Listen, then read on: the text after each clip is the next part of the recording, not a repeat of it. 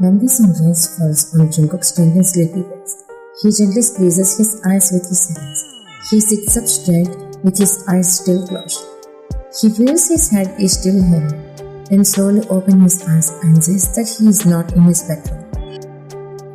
But he doesn't bother to trigger anything, as he still feels dizzy and sleepy. He gets up and makes his way to his room to freshen up.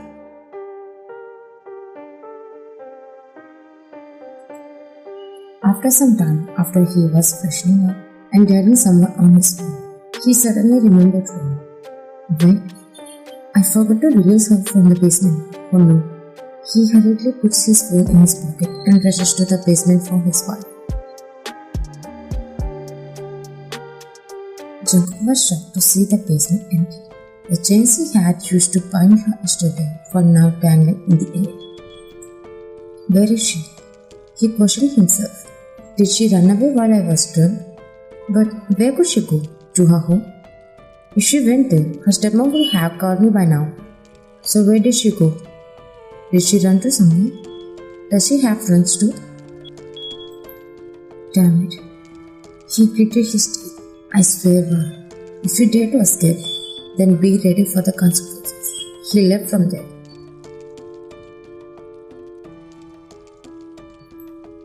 Vine was sitting alone in the room. She turned on her phone and went to the piano. As she scrolled, she saw Sia's photo. Seeing her face, Vine's eyes became clear. Then she looked at her more photos. But soon she looked away, feeling guiltiness. I just didn't want to give up on my love, Sia. That's why I came to talk to you. But it turned into an argument, and that turned into a fight. I really didn't even think it could turn into a fight that I would lose you in those seconds. I mean, everyone says I killed you. I'm sorry, Sia. I wish I had never met you that day. Vaughn went silent, not uttering a word. But even in the silence, her ears could still hear how her father said she was dead to him when he lost you. Her heart ached and she shook her head as negative thoughts consumed her. She kept shaking her head, murmuring to herself, No, I shouldn't do anything that can harm me. But I also can't wait when everyone keeps blaming me, calling me a killer. Even though she is trying her best, a tear escapes from her eye. She wipes it away, suppressing the pain, trying to stay strong. How can everyone think that I am okay? Sia is dead, but I have been dying every day with my past with her. Even Dad says I shouldn't act like I'm struggling when I married the one I wanted and I fought for. Even against Sia. How can this be? I still want Jungkookff after losing my sister. Of course I love him. But that doesn't mean I would kill someone just to have him, even after her death. I never tried to meet him because of my kid. If I still wanted him, I would have met him already. Why does no one understand this? Everyone forced me to marry him. It was never my choice. Life isn't like before, and neither are people. This isn't the same Jungkookff. I fell in love. He is now literally a monster. I can see how much he hates me by the way he looks at me. Is this what they call happiness for everyone? When I was afraid, he crying because of him day and night. I'm not sure I can bear this life with him for so much longer. Continue receiving more hate, even from my dad. I definitely need to end this hell. I can't take this much pain for even another second. She hardly knocked and then glanced at the door, seeing the maid who helped Vine clean the basement. Ma'am, Mrs. John asked where were you? Oh. We told her you were mopping the floor. She said okay. If she answered, just tell her you are mopping the floor. In the meantime, I mop the carpet too since it's the only place left to the mop in the kitchen. Why are you doing this for me? I just don't want you to cry too much, ma'am. I can hear how much you are crying, and I feel bad for you. I don't understand what's going on between you and the boss. Sorry if I'm talking too much. She was about to leave but stopped. Wait, what's your name? Luna, why ma'am? One went to her and hugged her, feeling that at least a human was there in this hellish mansion. Luna was hasty to hug Juan. Thank you. I'll mop the rest of the courtroom now. To take some rest. Juan left.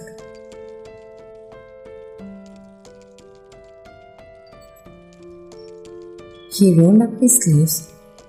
Angrily came out of the basement going somewhere, but he stopped in his tracks with his furrowed eyebrows when he saw Wine dipping the mug into the bucket.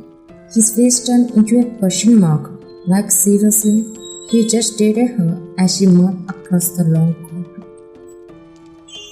He realized, so she didn't go anywhere, but why did she come out of the basement? Gritting his teeth, he walked toward her with his big strides.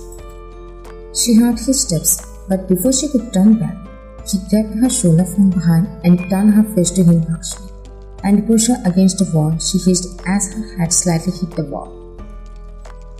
She was about to speak, but upon realizing who had hit her, her eyes filled with anxiety. He is angrily gazing into her eyes, bringing his face closer to hers. Why did you come out of the basement? Did you say your punishment was over already? Her painful eyes looked at him helplessly. I asked you something. Why did you come out without my permission? How dare you release yourself from your punishment? Your mom released me. My mom? She raised an eyebrow. Do I have wolves on my forehead? She giggled at the way he asked sarcastically in an angry tone. No, Jungkook. When you left me in the basement, after some time, your mom came and released me herself. Trust me, I didn't even ask her for help. She did it on her own because my father came here yesterday. Jungkook raised his eyebrows. He was suspicious. So did his mom really help her? Of course, maybe not. But why did her father come home too? It's hard to believe because her father had never come home before. Please trust me. I never tried to break your punishment. She herself made me leave. Mom? He called his mom, loudly staring at Juan. His mom came there confused after hearing his call. What, Jungkook? I asked her how she came out of the basement without even completing her punishment, and she is here telling me that you yourself helped her escape. While he was speaking, Juan looked at Mrs. John, ready to hear her speak the truth and prove that Juan was saying was true. But when Mrs. John glanced at Juan and then looked at Jungkook with an innocent expression, Juan was shocked by what she heard. What? Why would I even help this girl? Does she think I have no work, expecting helping her and searching for her wherever she is? Mom, why are you lying? Weren't you the one who came to the basement when I was trained? Juan was breathing heavily in tension, shocked by how easily Mrs. John was lying to them. I was busy with my work, so I didn't go to the basement. Don't try to fool your husband. Jungkook tightened his fist as he stared at Juan, while Juan shook her head, trying to explain everything.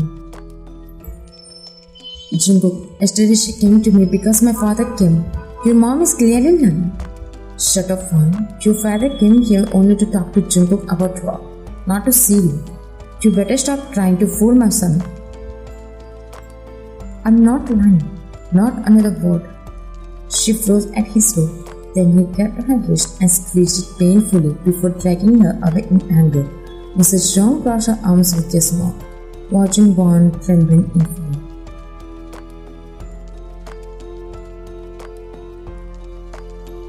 He jerked her hand out of his grip, making her stumble back as she tried to steady herself. You still haven't changed. Yesterday you lied about that, and now about my mom. What about tomorrow? Will you lie about me too? No, Jungkook, I'm telling the truth. That's it. I know how to make you obey. I know how to make you fear if you dare to lie again. He searched for something in the room while she stood there, shivering, holding onto her life in fear. He grabbed her bag and started filling it with heavy books. She didn't understand why, but then he walked toward her, carrying it in his right hand. Stretch out your hands. What? I said, stretch them out right now. She immediately shut them out at his shout. Then he placed the heavy bag on her hands. She struggled to carry it, nearly dropping it, but he warned her. I dare you to drop it. You will regret the consequences. She flinched, then held the bag, shaking. Will you drop it? She shook her head no in fear. Good. Now hold the bag and stretch both hands perfectly. She did as she was told. Now do 50 squats right now, while carrying the bag. She was shocked. How could she even do squats while holding the bag? No, aside from that, she had never done squats before, so it might not even be possible for her. Jungkookff, it's impossible for me to do 50 squats. When she tried to speak it, it made him even more serious. Then he shouted, not just 50 squats, but 500. Do it right now. Otherwise, I'll make you do it with my own hands. She was in tears as he kept increasing her punishment without mercy, scaring her. Will you do it or should I? She stopped when she started doing it, holding back her tears. 1. She started counting as she was doing it. Do it properly. She got scared and started doing it properly. 2. I'll count. There is no way for you to escape punishment. If you try to cheat me. He received a message and got pissed off as he was busy with work in his office room in the mansion. She clenched his teeth and spoke. Look there. He pointed at the CCTV footage and she followed his gaze. I'll keep both my eyes on you. Don't dare to cheat. You need to complete 500 if you really don't want me to give you another punishment. One you would never want. I'll be back to do it perfectly. If you mess up, I'll make you regret it. He left seriously. A tear dropped from her eyes as she continued doing it.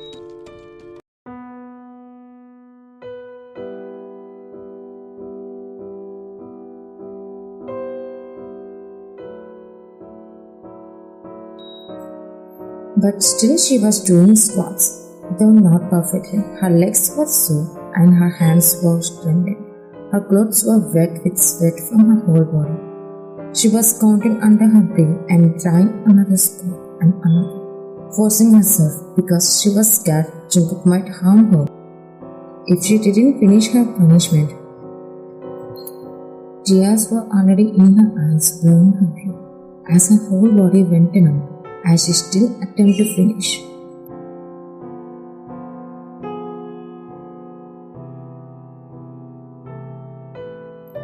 Jungkookff was working on his laptop, typing and speaking on another call about business projects. Even though he was that busy, he didn't take his eyes off the CCTV footage, watching how Wine still enjoying her punishment. He cut the call and his fingers stopped typing for a second. He glanced at Wine through the screen and was not bad. Even though it was hard, she is almost completing her punishment. If she does a few more minutes, her punishment will end too. He stopped his sentence when Wine suddenly collapsed onto the floor, unable to attempt another squat. His eyes widened as he stood up from his chair. Damn, why did she collapse? He rushed from there to where she was, not even minding his work, stopping everything.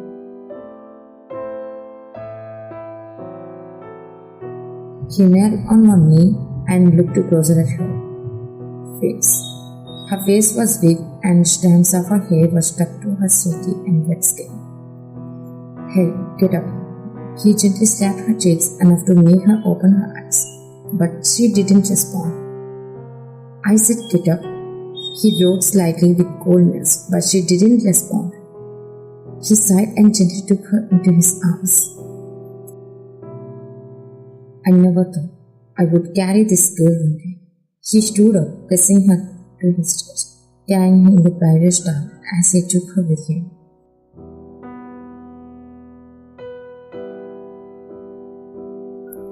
He knelt on one knee on the bed and slowly placed her down, not even letting her body fall harshly as he was about to get up. She stopped himself sitting on the bed instead. He glanced at her sweat-covered tight face, tilting his head slightly as he spoke in a cold voice with a hint of crimson. He took his kerchief from his pocket and gently wiped her sweaty face as she remained with her eyes closed. He didn't blink or look away, staring at her face for a couple more minutes in silence. Then pressing his lips into a thin line, he looked away and left.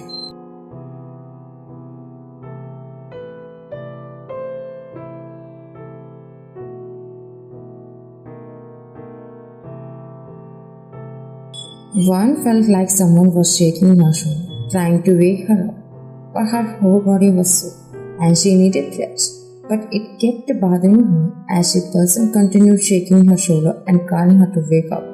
She finally opened her eyes and saw the maid, Luna, anxiously trying to wake her up. Luna, what happened? Mrs. John asked you to come to her right now. Why? She asked tensely while sitting up straight. But she winced in pain as she moved suddenly.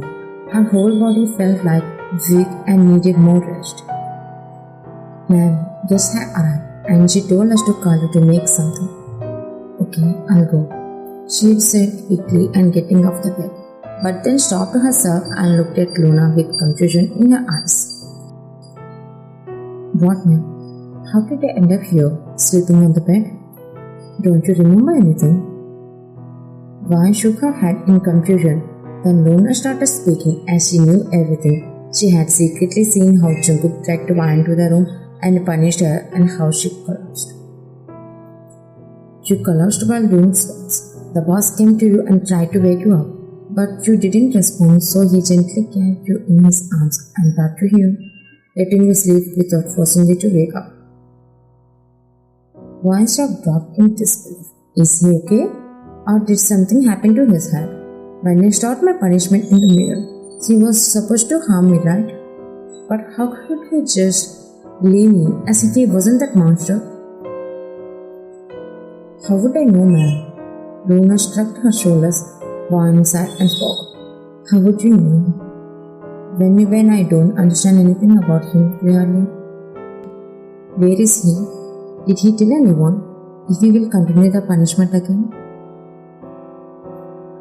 No, but if he wanted to, he would definitely do it. Don't think about him for a while. Okay, I'm going to Mrs. John. I don't know how much work she will put on my head now. She left.